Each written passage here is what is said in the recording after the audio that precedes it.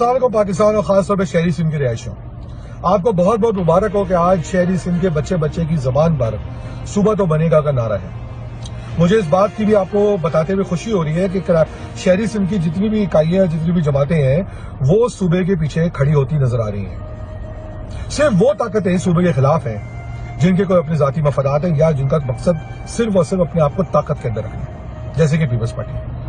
शहरी सिंध की जब हम बात करते हैं तो हम सिर्फ मुहाजिर की बात नहीं करते, हम पे इल्जाम लगा दिया जाता है कि हम लसानियत की बात करते हैं। हम शहरी सिंध में रहने वाले मुहाजिरों के अलावा पंजाबी, पठान, सराइकी, कश्मीरी, बंगाली, बर्मी, क्रिश्चियन, हिंदू, पारसी, जो भी कौमियत यहाँ पर मौजूद है, हम उसकी बात करते हैं। इसमें लसानियत का से लसानियत की रंगत वो दे रहे हैं जिनके दिल में खोट है, उसका हमारे पास इलाज नहीं है।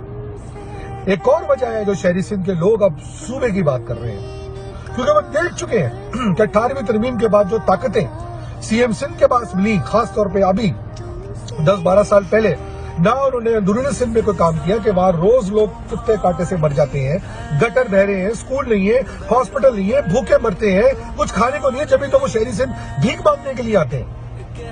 और शहरी सिंध के अंदर आपने हाल कर दिया कि आपने उसको अंदरूनी सिंध की तरह बनाना शुरू कर दिया कि रोडें टूटी है, गटर बह रहे हैं, कचरा नहीं उठ रहा, नौकरी नहीं मिल, फिर भी आप कहते हैं हम सूबा क्यों मांगते हैं।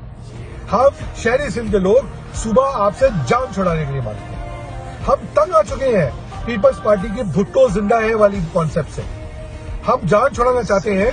हम चाहते हैं कि जो भुट्टो आपने जिंदा रखा हुआ है, ये आपसे अंदरूनी सिंध में जिंदा रखे। शहरी सिंध में सुबह बनने के बाद उसमें अब भुट्टो जिंदा नहीं होगा, उसमें सिर्फ कायदे आजम का निजाम का निफाज जिंदा होगा और सिर्फ तरक्की का निजाम का निफाज जिंदा होगा।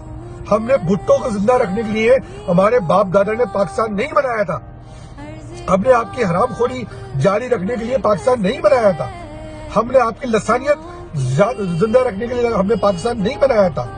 हमारे बाप दादा पाकिस्तानी बनने आए थे, सिंधी बनने नहीं आए थे।